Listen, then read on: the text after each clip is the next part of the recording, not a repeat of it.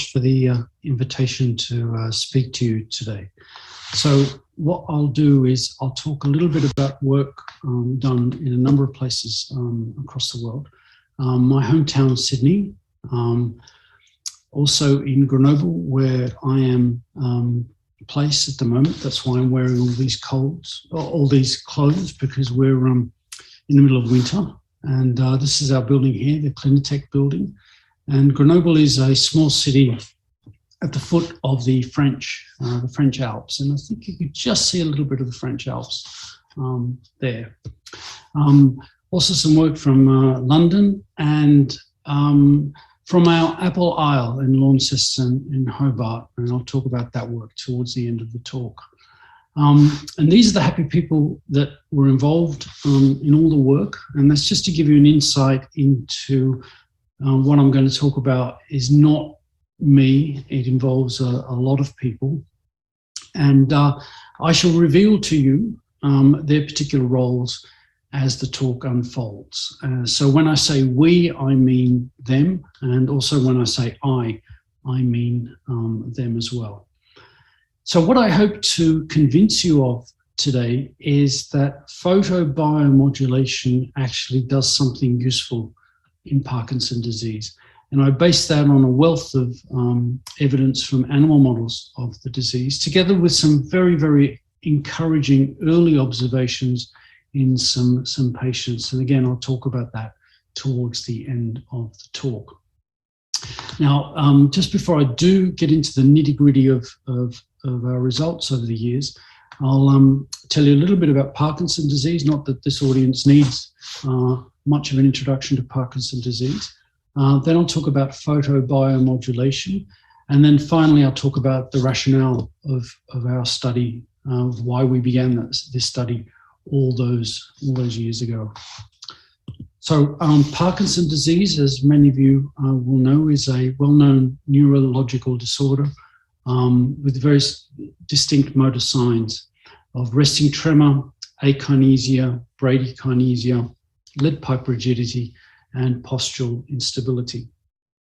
But there are also a set of lesser known non-motor symptoms, and patients may have anosmia or loss of smell, some gastrointestinal problems, various types of sleep disorders, and towards the end of the disease process, they may suffer some cognitive impairment. Now, majority of these features, particularly the motor signs, develop after damage to a group of nuclei called the basal ganglia, and I've highlighted these nuclei here in red, and this is a cross-section through the brain. And in particular, what happens is that you have a loss of dopamine from this nucleus here, the substantia nigra pars compacta. Now here we have the Parkinson's disease on the right here as you're looking at it. So we have a loss of dopamine from there. And what that results in is that a lot of the nuclei, or many of the nuclei of the basal ganglia, become very, very naughty. They become abnormally overactive. And it's this overactivity which manifests in the features of the disease, particularly the motor signs. And the most naughtiest nucleus of the basal ganglia that gets most overactive is the subthalamic nucleus located here. Now, why do these dopaminergic cells of substantia nigra pars compacta die? Well, we don't really know, but recent evidence suggests that their engine room gets in trouble and becomes dysfunctional. And the engine room of the cell is the small little organelles called the mitochondria. Now, the current treatments for the disease involve dopamine replacement drug therapy, which aims to replace the lost dopamine from the system. And after the efficacy of this wears off, many patients are selected for surgery and deep brain stimulation, which serves to correct this abnormal activity in the basal ganglia, particularly targeting the subthalamic nucleus.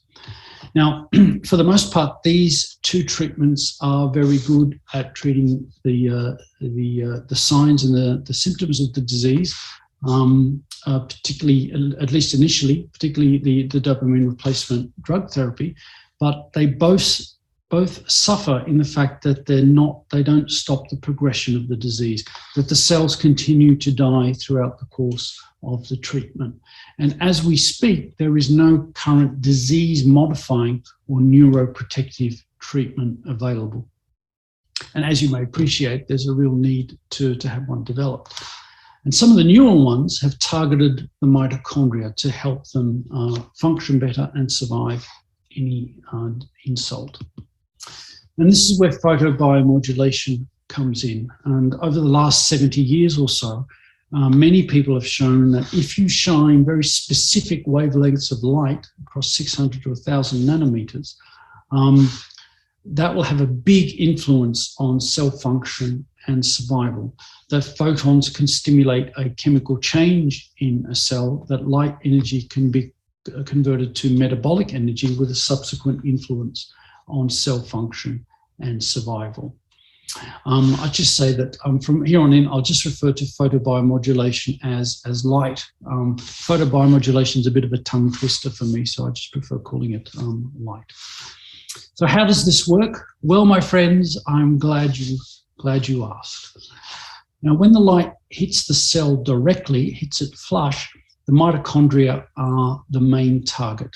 And what the mitochondria has within it has receptors for light, and structures or photoacceptors like cytochrome oxidase C is a popular one, but also the water within the mitochondria absorbs these wavelengths of light.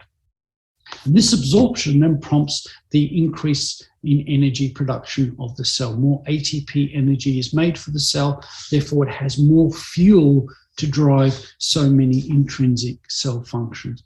For the want of a better term, the cell is healthier. Now, this also leads on to more long-term effects. It increases the expression or causes the expression of many genes throughout the cell, and I think around 20 or 25 genes have been shown to be expressed by photobiomodulation. And they're all good genes. They're protective genes. They're stimulatory genes. In essence, what seems to be happening is that light enhances mechanisms that the cell has built in within it to help it function better, to help it survive better, and generally just to make it healthier. So our rationale going back some, goodness me, 14, 15 years was that if mitochondrial dysfunction is so central to the pathogenesis of Parkinson's disease and light helps boost mitochondrial function, why don't we see if one helps the other? So we started with experimental testing, and we used animal models. And at this point, I just want to stress that there is no perfect animal model for any disease. So the more different types of animal models you use, then the better understanding and insight you'd have into the human condition. And we and others have used a range of animal models. In the rodents, we used the toxin-induced animal models of the disease, where a toxin causes a rather specific degeneration of the dopaminergic cells in the substantia nigra, and they are MPTP or 6-OHDA. We've also used some transgenic models, which were genetically engineered to cause a degeneration of cells in the substantia nigra pars compacta.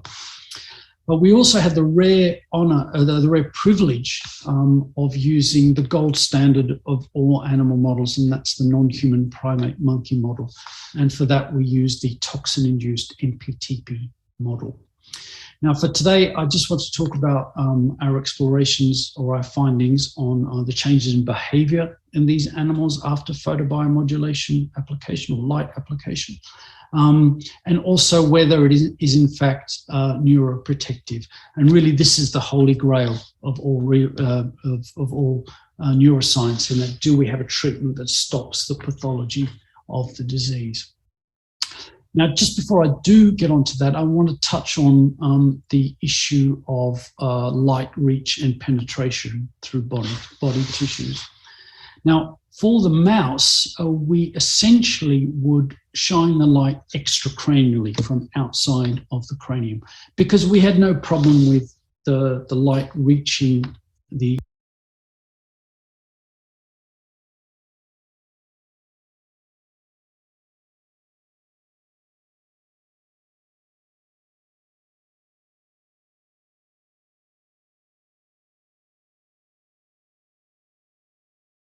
area of damage, the substantia nigra pars compacta at the base of the brain. We're only talking about 5 millimeters here, so the light will reach these cells directly from an external device. And here is a little fellow receiving some 670 red light. I will mainly talk about 670 light. We have used other wavelengths like 810, but our main one is red light, 670 light. So there's no problem with the penetration through the tissue. We're only talking 5 millimeters. The monkey, we've got a bit of a problem. We've got a thick cranium here, thick connective tissue meninges, and then we've got 40 or 50 millimeters of brain tissue before we get to the substantia nigra pars compacta. So if we shine a light from an external source, it's probably not going to reach there. It will reach the superficial areas of the brain, but not the deep areas. And we and others have measured the penetration of light through body tissues, and at best we'll get about 20 millimeters. That's about it. So for this species, we developed an intracranial device where we put an optical fiber and implant it near the cells of the substantia nigra pars compacta, ensuring that the light reaches the diseased cells directly. And really, this is where this man comes in. Many of you may know him. He's Monsieur Benabid. He is the father of the current treatment of Parkinson's disease, deep brain stimulation. And when I said to him, and we're long-term collaborators, so when I said to him all those years ago, I said, Ben, light seems to be doing something. He said to me, John, we have to develop an intracranial device to get that light directly on the cells. And here is a device here just before we're implantation, and you can see the little spot of red light there. Now, I should just stress that for our experimental study, we wanted to make sure that the light hit the cells directly because we wanted to give them the best chance of survival. And we did that extracranially with a mouse and intracranially with the monkey. Now, for today, I will mainly talk about our results in the monkeys because basically all the earlier rodent results pretty much confirmed what we saw in the monkey. But I will tell you, give you a few mouse results, but it will mainly be monkey. So let's talk about our behavioral findings. So what we did is we put a camera in front of the monkey cage, and that was linked to a computer. And for 20 minutes, that camera recorded the movement of the monkey. So this is the top of the cage here, this is the bottom of the cage here, and you can see the control monkey was quite active. It was moving up and down the cage. The Parkinsonian monkey, the MPTP treated monkey, you could see was quite akinetic. It wasn't moving at all. But look at the light treated animal. It was moving a lot more than the Parkinsonian monkey. Not quite as much as the control monkey, but certainly more than the Parkinsonian monkey alone. And these are the same sorts of experiments in the mouse, just to highlight the movement here. I should just say here, we have it here. These are the control monkeys, the control mice here. You can see them moving around their little box. Here is the Parkinsonian MPTP treated monkeys and mouse, and you can see that they're quite akinetic. They're not moving much at all. But here are the light treated Parkinsonian mice, and you can see they're moving a lot more than the MPTP, the Parkinsonian mice, not quite as much as the control, but more than the MPTP treated mice. Now, these, just going back to the monkeys now, they're not called the gold standard of animal models for nothing. They do develop quite human-like features of the disease. And we were able to assess them clinically. So we assessed a range of parameters, things like its general activity, the posture, the face muscles, the facial expression, whether the animal had tremor or not. And we added up all those scores, and the higher the score, then the more the impairment the animal had. And these are the results here. You can see that the control monkey here had a mean clinical score of 0, saying it wasn't impaired at all. You can see the Parkinsonian MPTP treated monkeys were quite impaired. They had a mean clinical scores of around about 23, 24, so they were quite Parkinsonian. But look at the light-treated animals here. They had a much lower mean clinical score than the Parkinsonian monkeys. And in fact, some of these, we did 11 of these light-treated monkeys. Some of these monkeys hardly got sick at all. They had mean clinical scores of maybe 1 or 2. So a big impact on their behavior. Light seems to improve the locomotive behavior of the animals and reduces their clinical signs.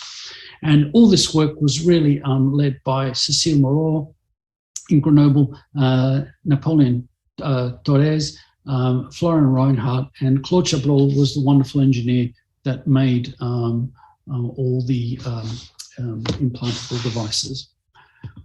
So what about the Holy Grail or the Golden Ark of the Covenant? Is it neuroprotective? Is it saving the cells from the toxic insult? So for this, we counted the number of cells in the substantia nigra pars compacta using an antibody to tyrosine hydroxylase, which makes dopamine. So anything that's tyrosine hydroxylase positive is dopaminergic in that region. And here are some good-looking dopaminergic cells in the substantia nigra. This is the graph showing numbers here. Here is the number of, you can see here that there's fewer dopaminergic cells in the Parkinsonian MPTP treated monkeys. That's great. That indicates our regime is effective. But you can see here that there's always more cells in the light-treated animals compared to the Parkinsonian animals. And here are images here. Here is a control substantia nigra pars compacta. This is the reduction of cells in the Parkinsonian substantia nigra pars compacta. And you can see that the light-treated animals had more cells than here. Not quite as much as the control, but certainly more than the Parkinsonian animals. So it appears neuroprotective in the animal models. And really just the work of Victoria Shaw, followed by Cassandra Peoples, Daniel Johnson, who joined as a postdoc later, and Nabil El-Masri, and Jonathan Stone, who was a professor of physiology at Sydney University. So that's wonderful. It works in animal models, but will this work in humans? And as a scientist, I ask, how will this work in humans? For the intracranial method that I talked about here, 2 patients have been implanted in Grenoble, and there's plans for more patients to be implanted over the next year or so, and they will be assessed over the next 4 or 5 years to see if there's any evidence of neuroprotection in these patients. So really, for the intracranial method in humans, that's really for tomorrow. It's for the patients of tomorrow. For the patients of today, we have to use the extracranial method. But if we had a problem in the monkey, we've got a bigger problem in the human. Some of us have hair, not all of us, but some of us have hair. We've got a thicker bone and thicker meninges. And whereas in the monkey we had 40 or 50 millimeters of brain tissue, now we've got double that. We've got 80 to 100 millimeters of brain tissue. So if the light from an extracranial source wasn't going to reach the substantia nigra pars compacta in the monkey, it's certainly not going to reach it in the human. So how or will this work in humans? Well, my friends, I'm glad you asked. We think it'll work in 2 ways. It could still be neuroprotective, but using the circulation. It could get there indirectly. It could stimulate some immune cells or stem cells, or the newly discovered free-floating mitochondria in the blood plasma. Stimulate those cells, and they will swarm to the area of damage and help those cells survive. And we've got, and there's plenty of blood vessels and there's plenty of lymphatics in the scalp, so the red light can certainly activate them through there. And we've got evidence that this indirect method works in Parkinson's disease. When we shine light on one part of the body, we'll get benefit in another part of the body. We've got evidence, like I said, we've got evidence of Parkinson's disease. Others have shown it for Alzheimer's disease, and others yet again have shown it for diabetes. And this is the so-called abscopal effect. And we've shown that this indirect system is effective, but it's not quite as effective as direct application. But nevertheless, it still offers neuroprotection. Now, another way that it could work, and this is more of a symptomatic way, that even if the light doesn't reach the base of the brain where all the bulk of the pathology is, it can still reach the superficial areas of the brain and activate otherwise healthy cells. So it may activate cells in the cerebral cortex, for example, and influence the descending pathways, and the patients may move a little better. And we know that this light applied in this way can certainly change the activity of the cerebral cortex. So it could change neural activity, but this will be more of a symptomatic effect rather than a neuroprotective effect. So with this in mind, we've explored the effects on humans, and really this is the wonderful work, pioneering work of this lady here, Catherine Hamilton in Launceston, where she developed some buckets for patients to use, and they were lined with red and infrared light around. And these are some of the early incarnations, not very aesthetically pleasing, but nevertheless they did the job effectively. And then with her business partner Ron Brown, they developed the coronet helmets, which are available on her website. Frank Nicolason here was the wonderful geriatrician, so open to this method and encouraged his patients to use Catherine's buckets and helmets. And Anne Liebert, Brian Bicknell and Roberta Chow are leading the way for further clinical trials on this extracranial method, or using the helmets. I should just mention Catherine's wonderful husband David was the engineer that helped her build the early bucket helmets. So like I said, 2 wavelengths were used, 670 red, 810 near infrared, and the patients would use it for around about 30 minutes a day, sometimes twice a day. Now, I'll just talk very briefly about the early observations in 8 patients. One was diagnosed with progressive supranuclear palsy, which is often misdiagnosed for Parkinson's disease, but it's a degeneration of the brainstem and the basal ganglia. And the other 7 were confirmed Parkinson cases. So I'll just talk about the early observations on these patients. And like I said, Anne in particular is leading the way with clinical trials of far more patients. But with these 8 patients, their major signs or symptoms are listed underneath here. And they were their major signs or symptoms when they first began the light treatment.